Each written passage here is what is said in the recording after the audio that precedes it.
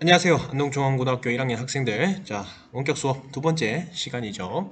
자, 그러면 우리 지난 시간에 배웠던 내용을 다시 한번 더 복습하고 나머지 오늘 5-1단원 모두 끝내보도록 하겠습니다.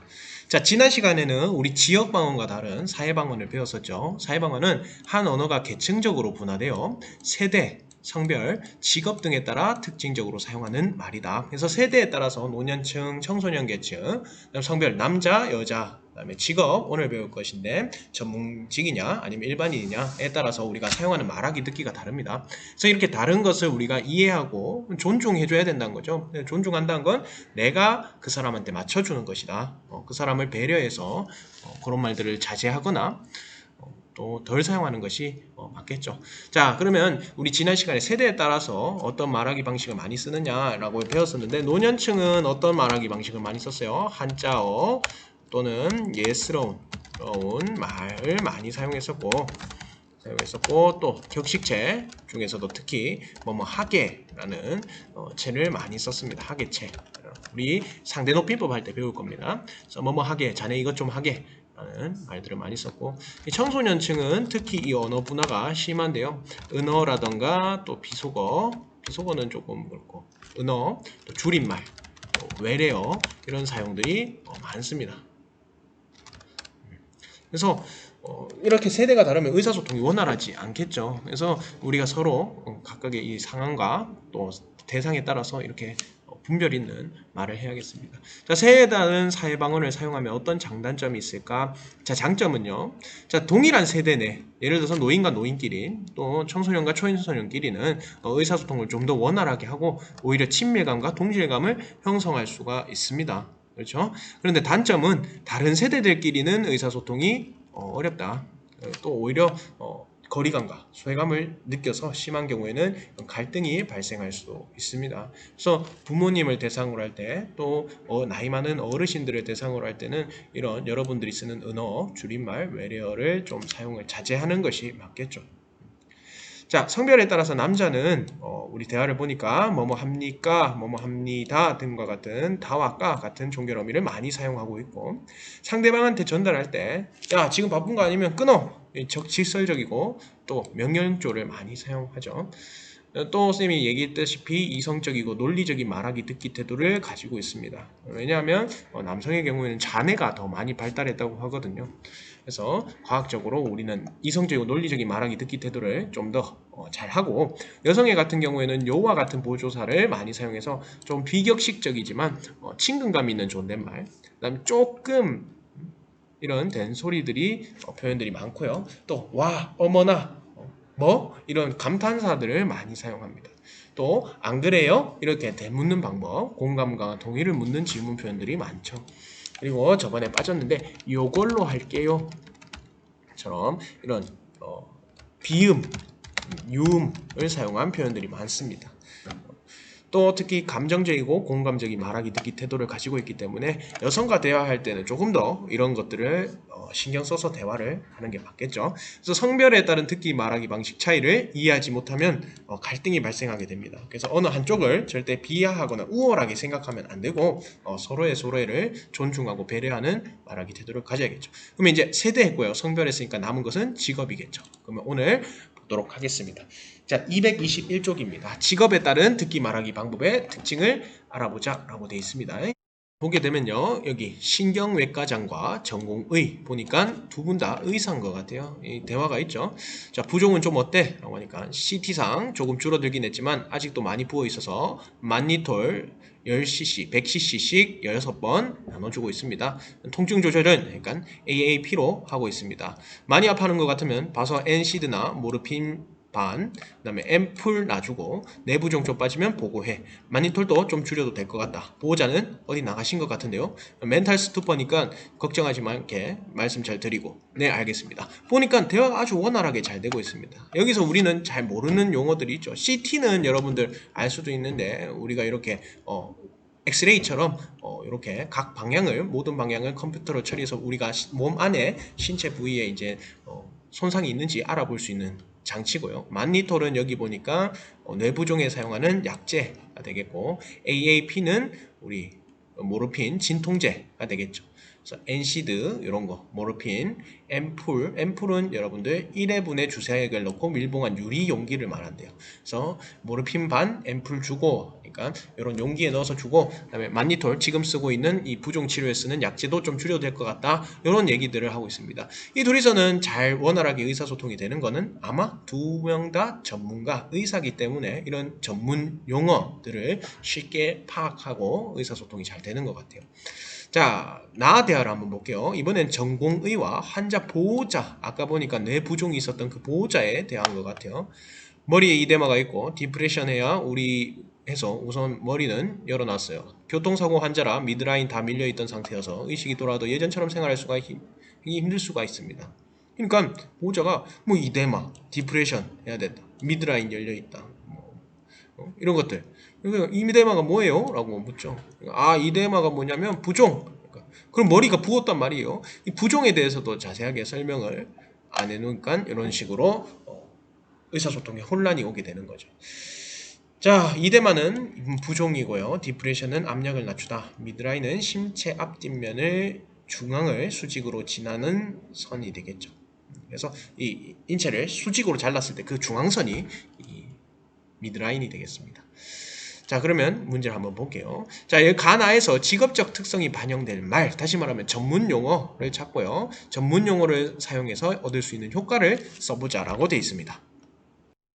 대화에 나와 있는 전문 용어는 뭐가 있었는지 한번 적어볼게요. CT, 우리 신체를 촬영하는 기계, 그 다음에 만니톨, 그 다음에 AAP, EP, 그 다음에 엔시드, 모르핀, 이거 다 우리 진통제였죠. 멘탈, 스투퍼, 앰플이 빠졌네요. 앰플, 일회용 기에 담아놓은 주사액, 그 다음에 이데마, 부종, 그 다음에 디프레션, 압력을 낮추는 것, 그 다음에 미드라인, 인체 수직선 이러겠죠. 이런 용어들을 썼습니다. 이런 용어들을 만약에 의사들끼리 했으면은 좀 더 의사소통이 원활하게 되고 하나하나 설명하기에는 너무 많아요. AAP 같은 경우에는 뭐 어디에 사용되는 진통제, 뭐 또는 앰플 한 1회 주사할 수 있는 그 용기에 담은 유리 용기 이렇게 설명하기에는 너무 길어요. 이런 전문 용어를 쓰면 같은 직업군끼리는 의사소통이 원활하고 좀 더 효율적이겠죠. 빠르게 소통할 수 있습니다. 그래서 정확하고 빠르게 소통이 가능합니다. 근데 반대로 자, 전공의와 이 환자 보호자 대화를 봤죠. 나에서 여기서 환자 보호자가 잘 이해하지 못해요. 왜 이해할 수 없는지, 또 이해하기 쉽도록 어떻게 고쳐야 되는지 한번 봅시다. 자, 왜 이렇게 이해하기가 어려울까요? 당연히 이런 전문 용어는 일반인이 파악하기가 어렵죠. 힘들어. 오히려 의사소통이 저해된다라고 볼 수가 있겠죠. 그래서 어려운 의학 용어라든가 법률 용어, 또 교육 용어, 뭐 등등 용어 등 이런 전문어들이 만약에 일반인들과 소통하는데 사용된다면 의사소통을 좀 더 저해할 수 있겠죠. 그러면 아까 그 의사가 했던 말을 고쳐 쓴다면 어떻게 고쳐 쓸 수 있을까요? 이거는 여러분들이 안에 설명을 보면서 여기 한번 적어서 오늘 과제로 제출하도록 하겠습니다. 자, 그러면 다음 장 한번 볼게요. 보기 전에 사회방언 마지막으로 정리를 한번 해봅시다. 자, 사회방언은요, 아까 말했듯이 한 언어에서 계층적으로 분화돼서 세대, 성별, 직업 등에 따라 특징적으로 사용하는 말이고요. 이 사회방언은 해당 언어를 사용하는 집단, 예를 들어서 세대 같은 경우에는 노년층, 청소년기층, 성별 같은 경우에는 남성, 여성, 직업 같은 경우에는 의사 또는 변호사, 판사 또는 일반인, 이런 집단 안에서는 의사소통을 원활하게 해요. 오히려 또 집단 구성원 간의 친밀감, 동질감을 형성하고 때로는 효율적인 소통을 가능하게 합니다. 그러나 해당 집단 밖에서 사용하면 의사소통을 오히려 어렵게 하고 거리감을 주게 됩니다. 그래서 갈등이 발생할 수도 있죠. 따라서 사회방언을 사용할 때는 대화 상황과 또 상대를 고려해서 듣고 말하는 태도를 지녀야겠죠. 자, 뒤로 넘어가 보겠습니다. 자, 바람직한 듣기 말하기 방법 한번 봅시다. 다음 대화에서 서준이 의사소통의 어려움을 어떻게 해결했는지 이야기해보자. 자, 할머니가 계십니다. 할머니가 계시고 이렇게 서준의 방에 갑자기 들어오면서 서준아 무신거 햄신이 이렇게 말을 합니다. 이게 무슨 말인지 잘 모르겠죠. 무신거 햄신이 뜻을 보니까 뭐하니? 라는 뜻이에요. 아마 사투리 지역 방언인 것 같아요. 놀라며 그렇게 갑툭튀 하면 놀라잖아요 라고 해요. 갑툭튀? 그게 무신 말고 라고 물어요. 할머니는 이 갑툭튀의 뜻을 몰라요. 갑자기 툭 튀어나오다 이런 뜻이죠. 갑자기 툭 튀어나왔다는 말이에요. 할머니께서 제주도 방언으로 말씀하시니까 이해하기 어렵잖아요 라고 말합니다. 아 그러면 무신 말고 무신거 햄신이 이거는 제주도 방언이구나. 그러니까 할머니가 서운한 표정으로 방을 나갑니다. 자 이렇게 할머니가 쓰는 지역 방언을 이해하지 못하고 아 어려워 못 알아먹겠어 이렇게 말하니까 오히려 상대방이 거부감을 들고 일어서니까 오히려 이렇게 거리감을 느끼고 방을 나가죠. 몇 시간 후에 서준이 쟁반을 들고 할머니와 엄마가 계신 거실로 갑니다. 할머니 차 끓여왔어요. 드셔보세요. 서준이가 먼저 다가갑니다. 맞죠? 이것이 무신 거고 라고 하니까 귤강차예요. 할머니 확 들이쌉서 서준이는 제주도 사람이 아니에요. 그런데 확 들이쌉서 어서 드세요 같은 제주도 방언을 쓰죠. 그러니까 서준이가 제주도 말을 물어봐서 제가 조금 알려줬어요. 물어본 이유는 할머니를 이해하기 위해서겠죠. 맛 좋다이 라고 합니다. 맛있다 라는 제주도 방언인데 자 여기서 다양한 듣기 말하기 방법의 차이를 이해하고 존중하는 태도가 왜 중요한지 말해보자 라고 되어 있습니다. 일단 서준이가 어떻게 했는지부터 먼저 봅시다. 서준이가 할머니의 갈등 상황을 먼저 분석해 봅시다. 자 옆에다 필기합시다. 할머니는 일단 뭐를 사용하고 있어요? 제주도 지역 방언을 사용했죠. 근데 서준이는 제주도 사람이 아니에요. 그렇지? 그래서 제주도 지역 방언을 이해하지 못했죠. 그래서 상대방을 고려해야 되겠죠. 그 다음에 할머니가 서준이는 또 갑툭튀와 같은 뭐를 사용했어요? 세대에서 사용하는 사회 방언을 사용했죠. 갑툭튀. 그래서 이거를 할머니가 이 갑툭튀를 이해했습니까? 못했습니까? 이해. 그래서 서로 간에 이런 차이 때문에 뭐가 발생했냐?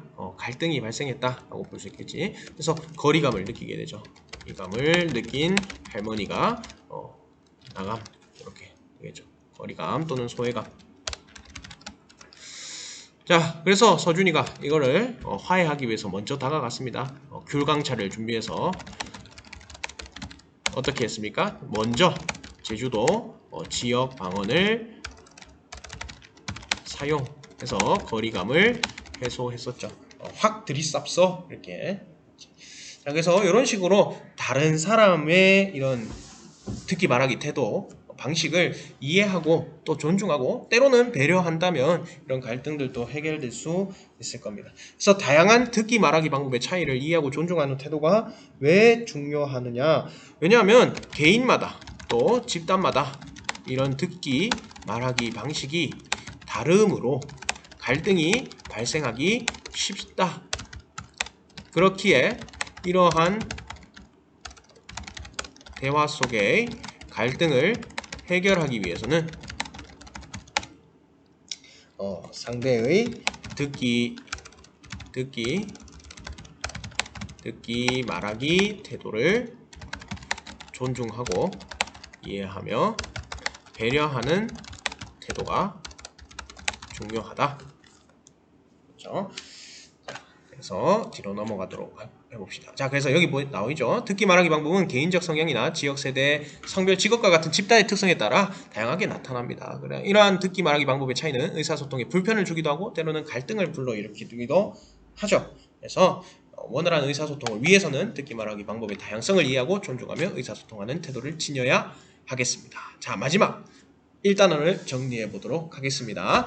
자, 개인에 따라서 듣기 말하기 방법이 다르다라고 했습니다. 그래서 같은 내용이라도 서로 다르게 표현할 수가 있죠. 경수는 옷이 만약에 이상하면 이상하다라고 직설적으로 말을 했었고 나는 이상하더라도 친구 기분이 상하니까 우회적으로 표현합니다. 그래서 같은 내용이라도 다르게 표현할 수 있음을 이해해야 개인 성향을 고려해야 우리가 갈등이 발생하지 않겠고 그걸 존중하고 배려할 수 있어야 된다. 그다음 집단에 따라서도 달랐습니다. 크게 우리가 지역에 따라서는 지역방언, 또 세대, 성별, 직업에 따라서는 사회방언으로 나뉘고요.